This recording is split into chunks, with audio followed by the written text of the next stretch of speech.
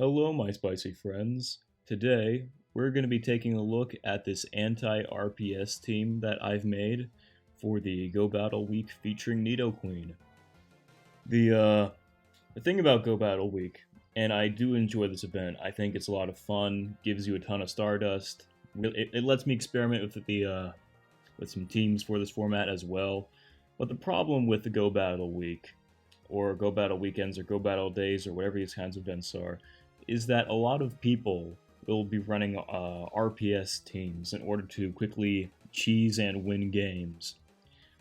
This is so that, you can get dust faster, which is very reasonable. If you want to get dust quickly, you want to grind, Go Battle League, I completely understand. It's a big time investment, but it can also be kind of boring to play against. So that's why I decided to throw together this team of Pokemon.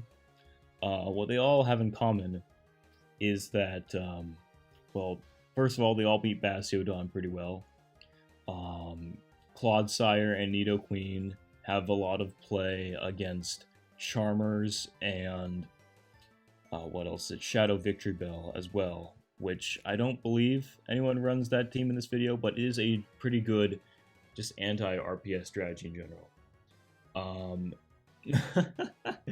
Now this is not a super great first game to demonstrate that, which is pretty obvious by the fact that we are currently losing to a Bronzong of all things, but you know what, I respect the spice, man, good for you. Yeah. This sucks, man. I probably could have thrown the Icy Wind there, but I don't really know how much that would have changed. Yeah, this is not a great first game, but stick with me here. I promise this is gonna be interesting. We just got outspiced pretty hard here. I don't even know if this team qualifies as spice, but no one's really running Nidoqueen these days, so maybe. Yeah, here comes Umbreon, and that's about it. Yeah, I'm not gonna try to throw anything there. I don't really want to waste time. I'm not gonna bother fighting back against Pokemon that I clearly cannot beat. So this isn't a super great lead either, obviously. There's Lantern, so we gotta switch out to something. And I'm gonna bring in Nidoqueen. I don't really have much of a super solid strategy here, but I was thinking they're probably gonna shield whatever I throw out here, right? Because they're gonna want to keep alignment. So I'm just gonna throw a bunch of poison jabs. I can tank a Surf as Nidoqueen. That's not really a concern of mine. They're gonna throw out Surf. That's fine. We live with like 35% health left, whatever, and I can just poison jab them down. Originally I was running this team with a Registeel lead because that also had a pretty good matchup against grass types and Lantern as well. But the problem with Registeel is that if I run Registeel, this team becomes very, very weak to Mud Boys, which mostly means Wishcash, but the occasional, the occasional Swampert as well. It is pretty funny these days seeing people run Wishcash more than Swampert, although I do understand why. I just still think it's kind of funny. Now, Heroes, my game plan was to try to catch something on Poliwrath, because, I don't really care if Poliwrath gets hit by an Ice Beam, but I do mess up the count just a little bit, and I get a little bit greedy over farming. Do I? No. This game turns out fine. We're doing fine here. We're gonna go for a Sludge Bomb, get the shield, of course, but unfortunately I don't manage to catch the fast move, which, sucks, but oh well. Fuck, I meant Ice Beam, not the fast move. Okay. At least it means I can farm down a little bit. But they decided to bring in a Lantern, which is very interesting. So what that tells me is that maybe they were expecting me to try to catch on Poliwrath or something. I don't know what they were cooking, but whatever it was, I'm fine with it. I'm going to bring in Poliwrath. It's really a toss-up what the Azumarill's second move is. I don't really care what it is. Yeah, it's Play Rough, which sucks, but luckily they are in counter farm down range, so I don't really care. That was a pretty close farm down though. They got to 5 bubbles there, which could have gotten to an icing, which would have knocked us out. But fortunately, what they have in the back is a Pokemon that gets 2-shot by Scald. I do have to admit, I was a little worried here, like, oh, they've got Wheezing. They can probably just farm us down and then get to an overheat and knock us out. But no, we get the Scald debuff through pure skill, of course, and then we knock out their Wheezing. Because Wheezing is a very solid Pokemon, maybe a little underrated, but I don't think anyone would call Wheezing a tank. At least not Galarian Wheezing. Anyway, this is a rough lead for us. Another one that, I had a... If I had Registeel, if I kept Registeel as a lead, this would have gone much better. But anyway, they're bringing in Poliwrath, which is tricky. I decided to bring in Nidoqueen because, like, hey, they're debuffed. I'm going to go for the Poison Fang here, maybe get a shield, or just put him into Poison Fang farm down range. Which they do decide to shield, very interesting. They clearly want to maintain alignment here, which is fine, I guess. So we're going to shield this up. I was thinking it might be a Scald, but it is an Icy Wind, which is still super effective, but it's not, doesn't get the same type of attack bonus. And it's also slightly debuffed. But still, I decide I'm going to come out of this matchup with a bunch of Poison Fang energy and just hit whatever comes out, swap out as soon as possible. In this case, it's an Annihilate, which we are double debuffed, so I don't think it really matters. If I'd gone for the Earth Power, but they decided to shield, which is interesting. I was going to try to catch on my Poliwrath, the Ice Punch, but they bring in Pelipper instead, which is not great. Ow. Anyway, we're going to bring in Poliwrath here. They are free to go for whatever. I don't believe they have enough energy to go for a Hurricane. Yeah, we outpace. We're good. We are doing fine. Okay, so Icy Wind hits for a decent chunk of damage. Weather Ball will not knock us out, unfortunately, so they will get some farm down. So they decided to go for a Hurricane instead, which is interesting.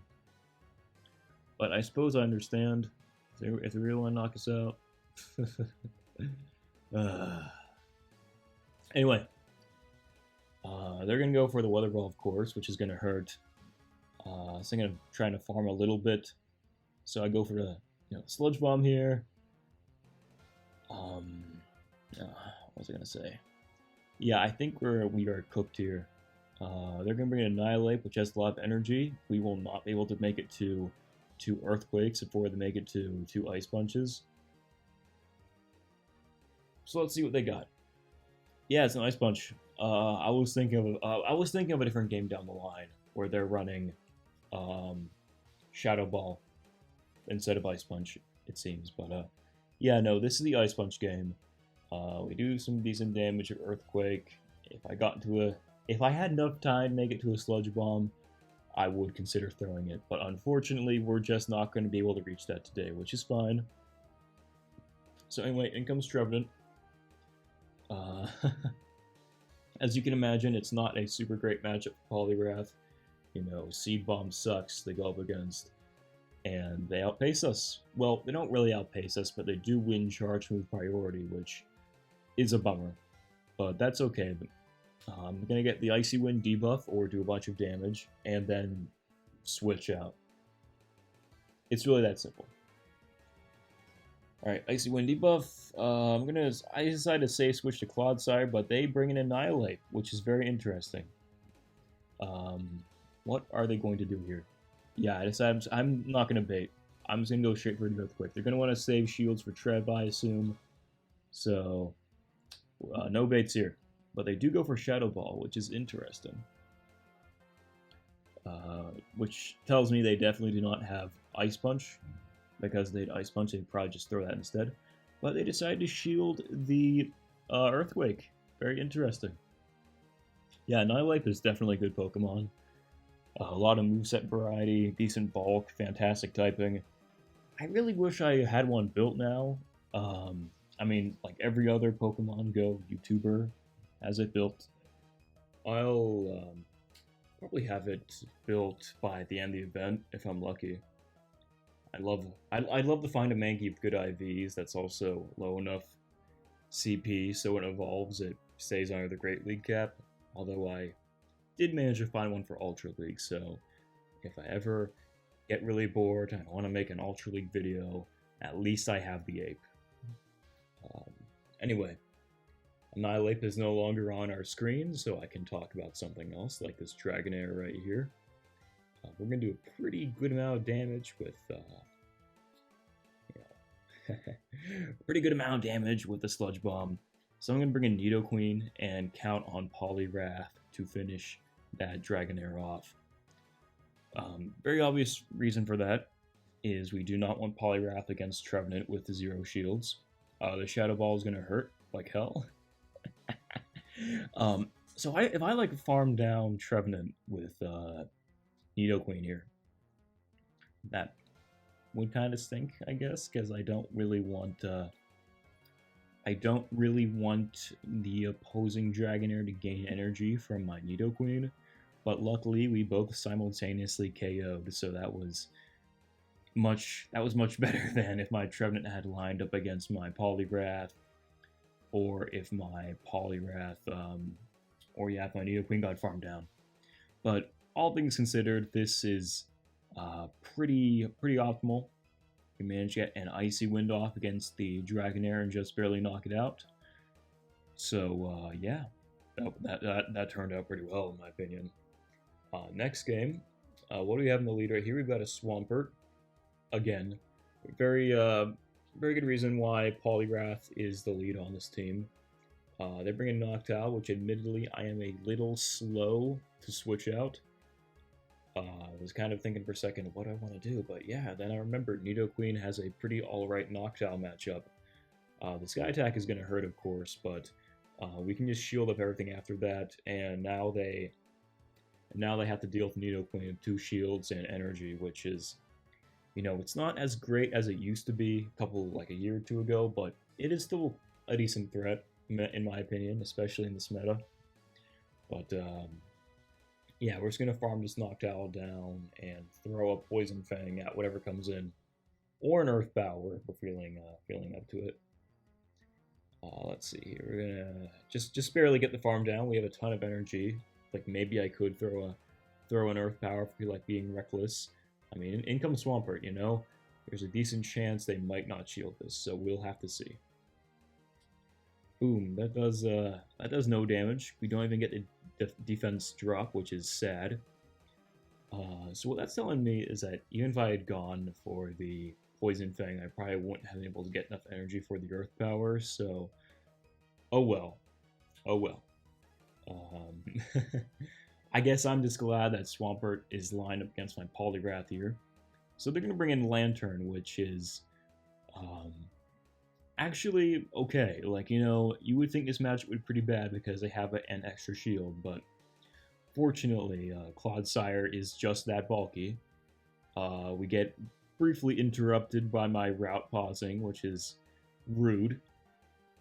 Yeah, I like doing routes like late at night. It's nice. But yeah, they shield the Earthquake up, which is not really a surprise, but I felt like it was probably the safest play to just go for an Earthquake there on the off chance they want to preserve shields. They do not, but as you can see, my Clodsire tanks 2 Surfs back to back, but the same cannot be said for their Lantern, which can't take 2 Earthquakes back to back. So they're going to get a bit of energy on us as a Swampert. Although, yeah, they are going to have to spend it because I don't think they want to risk the Clodsire getting to an Earthquake or getting any chip with Sludge Bomb. So, yeah, it's over. It's over for Swampert. Thank you all for watching this video, my spicy friends. I hope you all enjoyed. I know I took a break recently, but I have some more stuff coming up, so stay tuned.